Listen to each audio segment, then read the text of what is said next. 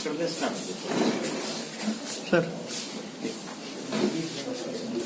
भारत विधानसभा आम चुनाव की घोषणा कल हुई है। आप लोग इससे भली भांति अवगत हैं। द्वितीय चरण में हम लोगों का चुनाव है।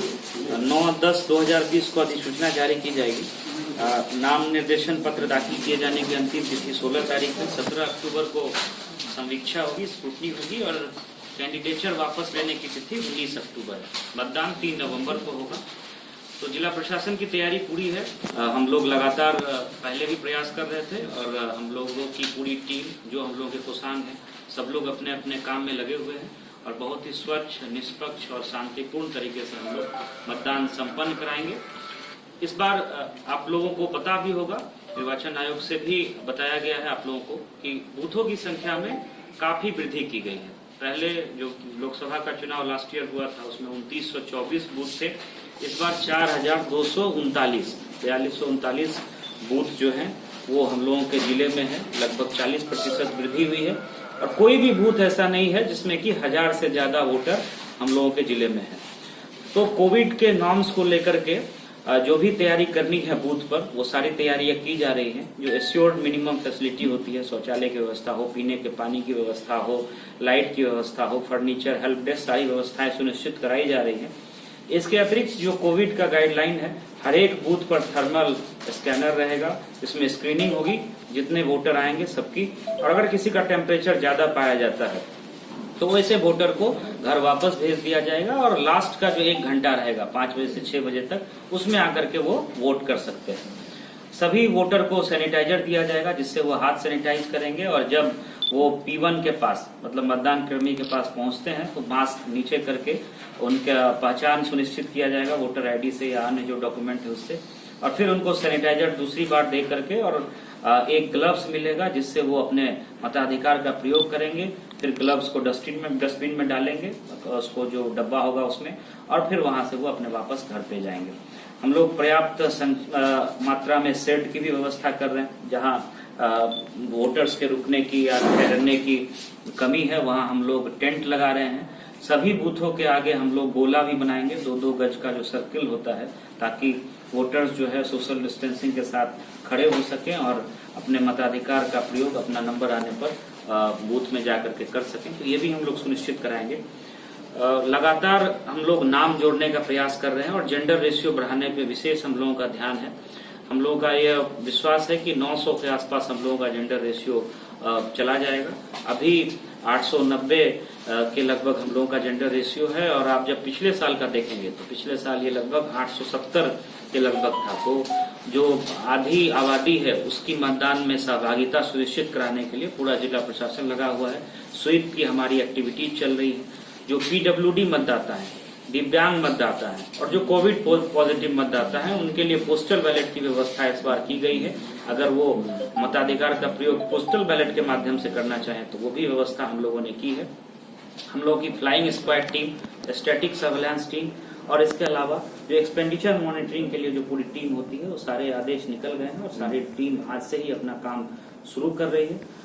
जो मॉडल कोड ऑफ कंडक्ट के अन्य प्रावधान होते हैं, जो बैनर, फ्लैक्स सरकारी या पॉलिटिकल किसी तरह का हो, उसको हटाए जाने का अभियान तेजी से चल रहा है। 24 घंटे के अंदर सारा हटा देना है। तो आज शाम तक हम लोग निश्चित रूप से उसको हटा देंगे। और इसके बाद अगर कोई जानबूझकर अगर फ्लैक्स, बैनर और होर्डिंग इनका प्रयोग करता है बिना अनुमति के, पब्लिक प्लेस पे तो करना ही नहीं है। अगर प्राइवेट प्लेस पे आप करते हैं तो अनुमति लेकर के करना है। अगर कोई भी पॉलिटिकल पार्टी कैंडिडेट या व्यक्ति अगर करता है तो हम लोग फिर उसमें जो भी सुसंगत धारा है उसके तहत वाद दर्ज करेंगे, कांड दर्ज होगा और फिर जो FIR दर्ज करके जो भी कार्रवाई होती है वो सुनिश्चित की जाएगी। जो इस बार कैंपेन को लेकर के है, जो चुनावी सभाएं होंगी उसको लेकर के भी इस बार काफी बदलाव किया गया है। ग्राउंडों को हम लोगों ने चिन्हित किया है और ग्राउंड की कैपेसिटी में चेंजेस किए गए हैं ताकि सोशल डिस्टेंसिंग फॉलो हो सके। किस ग्राउंड में कितने लोगों की सभा हो सकती है, कितनी मैक्सिमम कैपेसिटी की, ये भी हम लोगों ने साइट पर डाल दिया है। और वो जो भी वहां पर सभा कराने की जिम्मेवारी लेंगे, उनका यह दायित्व होगा कि सारे जो कोविड के, जो होम मिनिस्ट्री के डिपार्टमेंट के जो भी प्रोटोकॉल हैं सारे फॉलो हों, उसका उल्लंघन नहीं हो, ये लागू कराना पॉलिटिकल पार्टी के और जो भी संबंधित अनुमति प्राप्त करने वाले व्यक्ति होंगे या जो भी दल के सदस्य होंगे या जो कैंडिडेट होंगे, ये उनकी जिम्मेवारी होगी। इस संबंध में पॉलिटिकल पार्टी के साथ भी बैठक करके उनको बता दिया गया है। नॉमिनेशन इस बार ऑनलाइन भी हो सकता है। जो कैंडिडेट हैं वो ऑनलाइन पैसा जमा कर सकते हैं, शपथ पत्र जो दाखिल करना होता है वो दाखिल कर सकते हैं, नॉमिनेशन फॉर्म भर सकते हैं और उसके बाद उसका प्रिंट आउट लेकर के और कैंडिडेट के अलावा 2 और व्यक्ति, पहले जैसे 5 व्यक्ति आते थे तो अब 2 व्यक्ति ही आएंगे, वो आरओ चैम्बर में आकर के अपना नॉमिनेशन दाखिल कर सकते हैं। जो आरओ चैम्बर है उसके 100 मीटर की परिधि में मात्र 2 वाहन आएंगे, पहले 5 वाहन आते थे, तो ये भी एक बदलाव हुआ है कोविड को देख करके। अगर कहीं जुलूस निकलता है, अगर रोड शो होता है, उसको भी लेकर के परिवर्तन किया गया है। 5 गाड़ियों का ही काफिला जो है वो चलेगा और दूसरी अगर अन्य 5 गाड़ियां चलती है उनके पीछे तो दोनों काफिले के बीच आधा घंटे का गैप होगा। ये सुनिश्चित करना है। इसके लिए जो हम लोगों का सी विजिल ऐप है और हम लोगों की अन्य जो फ्लाइंग स्क्वाड टीम है, सेक्टर मजिस्ट्रेट्स हैं, अन्य जो भी पदाधिकारी हम लोगों के लगाए जाते हैं वो सब हम लोगों ने लगाया है। इसको हम लोग इंश्योर कराएंगे। मतगणना को लेकर के भी विशेष तैयारी है। पहले जैसे एक ही कमरे में मतगणना होती थी विधानसभा की, इस बार हम लोग 2 कमरे में करेंगे। एक विधानसभा का 7 टेबल एक कमरे में लगेगा और अन्य 7 टेबल 14 टेबल पर मतगणना होगी, 2 विभिन्न कमरे में होगी। तो ये भी हम लोग की व्यवस्था है। नॉमिनेशन को लेकर के भी आरओ के स्तर से जो भी व्यवस्थाएं की जानी है उसको लेकर के भी व्यापक तैयारी चल रही है। चूंकि पूरे जिले में एक ही चरण में मतदान है तो कार्मिकों के प्रशिक्षण का कार्य भी अगले महीने के 3 तारीख से हम लोग शुरू करने जा रहे हैं। उसमें भी हम लोग जो कोविड के प्रोटोकॉल से उनका अनुपालन करेंगे। इस बार जो एक बड़ा बदलाव हो रहा है, काफी संख्या में महिला मतदान कर्मी चुनाव ड्यूटी करेंगे। 7,000 से ज्यादा महिला मतदान कर्मी चुनाव ड्यूटी करेंगे, जो कि 1/3 आप कह सकते हैं, लगभग 21,000 मतदान कर्मियों की पूरे जिले में जरूरत होगी, 21,000 से थोड़ा ज्यादा। उसमें से 7,000 महिला मतदान कर्मी चुनाव ड्यूटी करेंगे।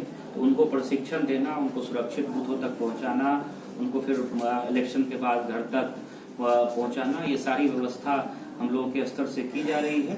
और ये एक बहुत अच्छा मौका है कि इतनी बड़ी संख्या में महिला मतदान कर्मियों से हम लोग चुनाव करवाएंगे। और जो ऑल वुमेन बूथ है जिसमें सारे महिला मतदान कर्मी रहते हैं, पिछली बार भी हम लोगों ने सारे विधानसभा में कई बूथों पर कराया था। इस बार हम लोग संख्या काफी बढ़ाने जा रहे हैं, लगभग 250 बूथों पर, 200 से ज्यादा बूथों पर सारे मतदान कर्मी महिला मतदान कर्मी होंगे। और हम लोग ये भी सुनिश्चित करेंगे कि वहाँ पुलिसकर्मी भी महिला पुलिसकर्मी हो, क्योंकि महिला पुलिसकर्मी भी काफी संख्या में इस चुनाव में हम लोग लगाएंगे ड्यूटी।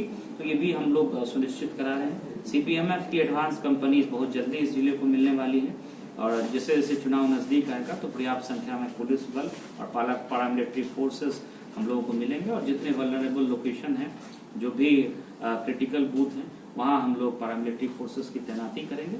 और गाड़ियों की संख्या भी इस बार काफी बढ़ रही है, क्योंकि बूथों की संख्या बढ़ी है, सोशल डिस्टेंसिंग के सारे नॉर्म्स का अनुपालन करना है।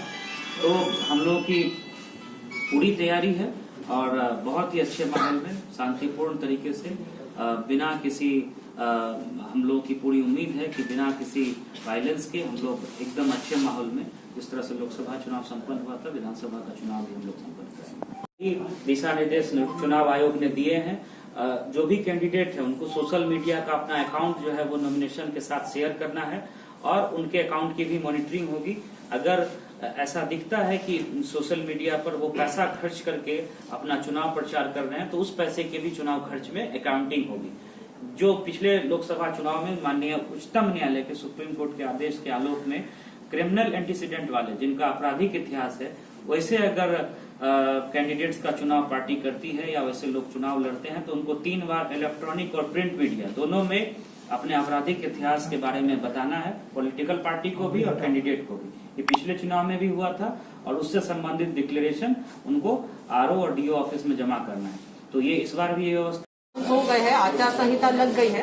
तो with respect to model code of conduct हम लोग ने अपनी कार्रवाइयां शुरू कर ली है। जितने भी बैनर पोस्टर्स है पब्लिक जगहों पे, गवर्नमेंट प्रॉपर्टीज पे, उसको उतारा जा रहा है। अन्य जगहों पे भी हम लोग उतारने की हम लोग प्रक्रिया में है।